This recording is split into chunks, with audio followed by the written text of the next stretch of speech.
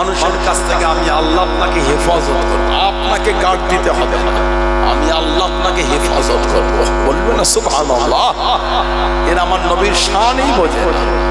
মাঝে মাঝে ফেসবুকে ইউটিউবে কিছু কিছু বিয়াদবিমূলক ভিডিও দেখতে পাই না আমরা, নবী পাকের সাথে বিয়াদবি করে, ওরা আমার নবীর মাকামই বোঝে না। যদি জানতো বিয়াদবি করতো না, যদি ওরা আমার নবীর শান জানতো বিয়াদবি করতো না। আল্লাহ নবী টুকটুক করে কেনে কেনে চলে যান। আল্লাহ নবী দাঁড়িয়ে গেলেন, আল্লাহ নবী জানিয়ে দেন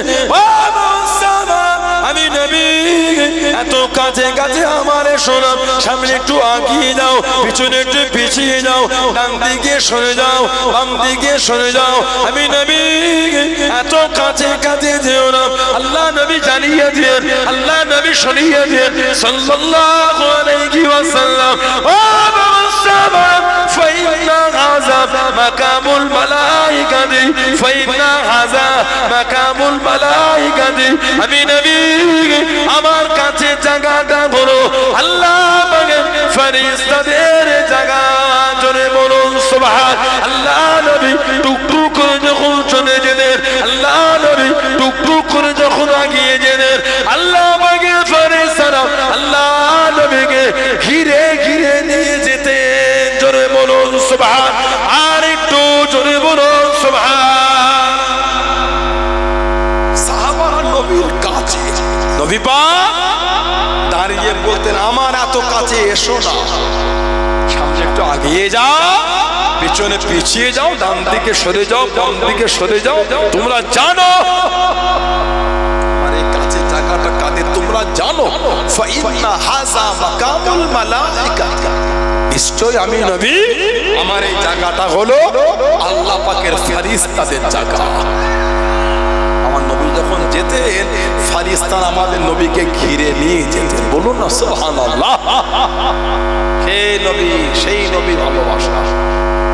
হযরতে সাফিনা কায়েস রাদিয়াল্লাহু আনহু বলে, যেই বলেছে আনা মাওলা রাসূলুল্লাহকে সাল্লাল্লাহু আলাইহি ওয়াসাল্লাম, আর আমাকে সিংহরা খাচ্ছে না, এভাবে আমাকে আদর করে। বলুন আলহামদুলিল্লাহ।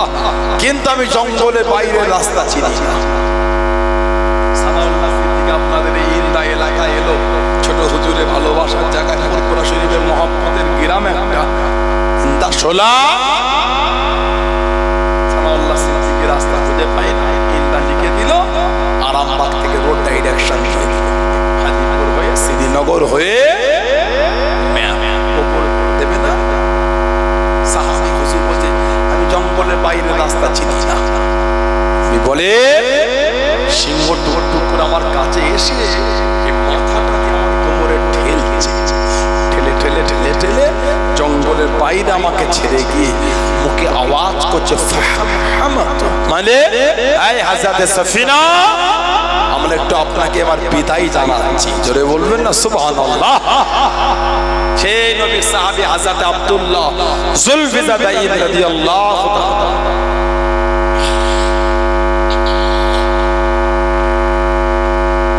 আমার নবী পাকে ভালোবাসা সাহাবী হযরত আব্দুল্লাহ যুলফিজাদাইন রাদিয়াল্লাহু তাআলা। ওনার আব্বা ছিল ছোটবেলায় বাপ হারা হয়ে গেলেন, চাচার তারবিয়াতে চাচার অধীনে বড় হচ্ছে।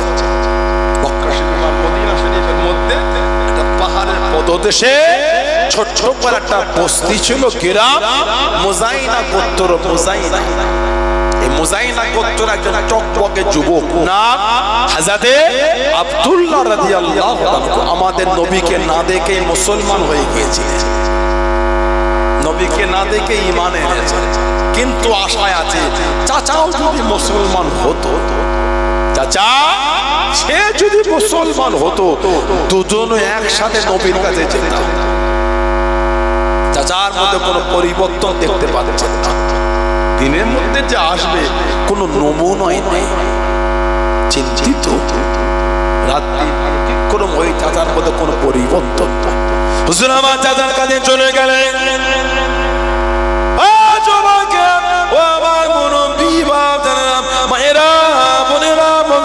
চাচার কাছে দাঁড়িয়ে গেলেন, চাচার পাশে দাঁড়িয়ে গেলেন। চাচা আপনি কি মুসলমান হবেন, আপনি কি কলেমা শরীফ পড়ে নেবেন। চাচা রাগান্বিত হয়ে গেল, চাচা বিরক্ত হয়ে গেল। তুই কি বলিস, তুই কি জানিস, তুই কি বলিস, তুই কি জানিস। হুজুর আমার ভয় কেড়ে নিলাম। চাচা যান, আপনি যদি মুসলমান না হন, আপনি যদি কলেমা শরীফ না পড়ে নেন, আমি আব্দুল্লাহ মুসলমান হয়ে গিয়েছি, আমি আব্দুল্লাহ মুসলমান হয়ে গিয়েছি।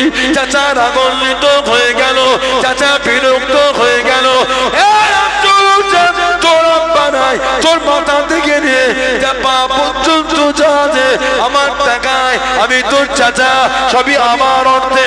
আমার মাল আমাকে ফিরিয়ে নে, আমার জিনিস আমাকে দিয়ে নে।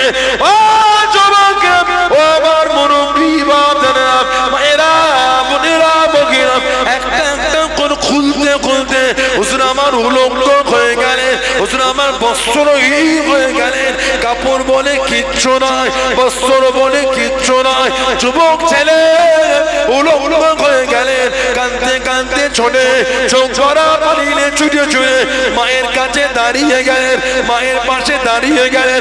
ও আমার আম্মা জান, আমি আব্দুল্লাহ মুসলমান হয়ে গিয়েছি। চাচা আমার সব নিয়ে নিয়েছে, চাচা আমার ছিনিয়ে নিয়েছে।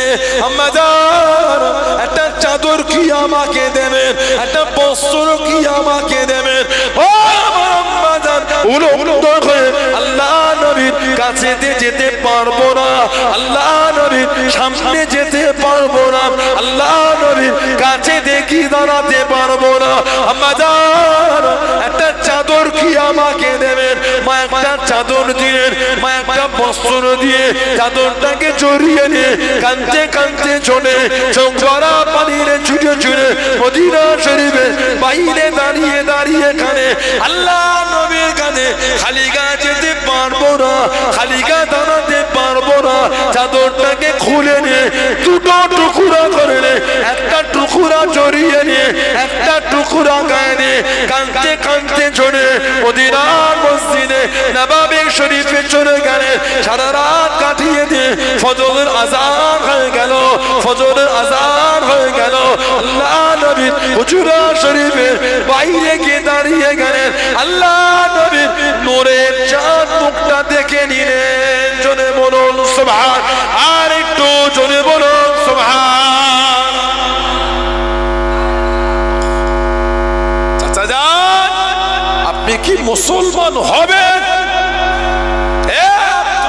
তুই কি বলছিস, তুই জানিস আপনি যদি মুসলমান না হন, আমি কিন্তু মুসলমান। শরীরের কাপড় সব খুলে দিয়েছে। আব্দুল্লাহ মাথা থেকে নিয়ে পা পর্যন্ত যা আছে সব আমার টাকা, সব আমার টাকা, আমার মাল আমাকে দিয়ে দে, আমার মাল আমাকে ফিরিয়ে দে, সব আমার টাকা।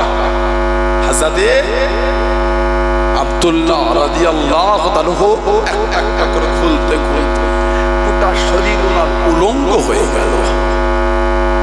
গোটা শরীরে সুতো বলতে কিচ্ছু ছিল না। গোটা শরীর ওনার উলঙ্গ। হাজরাতে আব্দুল্লাহ রাদিয়াল্লাহু আনহু উলঙ্গ হয়ে মায়ের কাছে গিয়ে দাঁড়িয়ে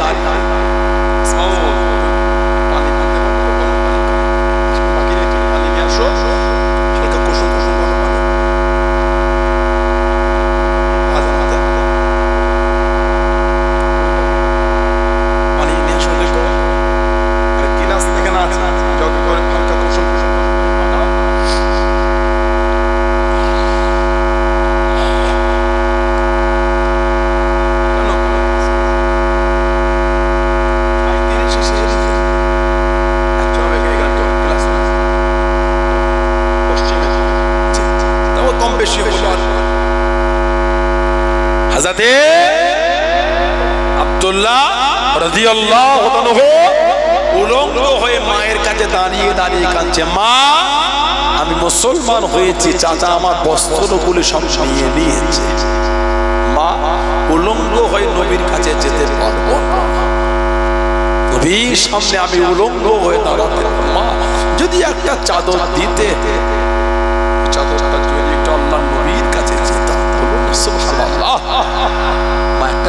দিলেন, ওই চাদরটা জড়িয়ে এনে কাঁদতে কাঁদতে ছুটছে। আহা, মদিনা শরীফের বাইরে দাঁড়িয়ে কাঁদছেন আর বলছেন নবীর কাছে যাব, শরীফটি তো ফাঁকা, খালি গা নিয়ে নবীর কাছে গিয়ে দাঁড়াতে পারবো না। আবার চাদরটাকে খুলে দুটো ভাগ করে এক ভাগ জড়িয়েছে, এক ভাগ গায়ে দিয়ে কাঁদতে কাঁদতে নবাবে শরীফে গেলেন। রাত, সারা রাত কাটিয়ে দিয়ে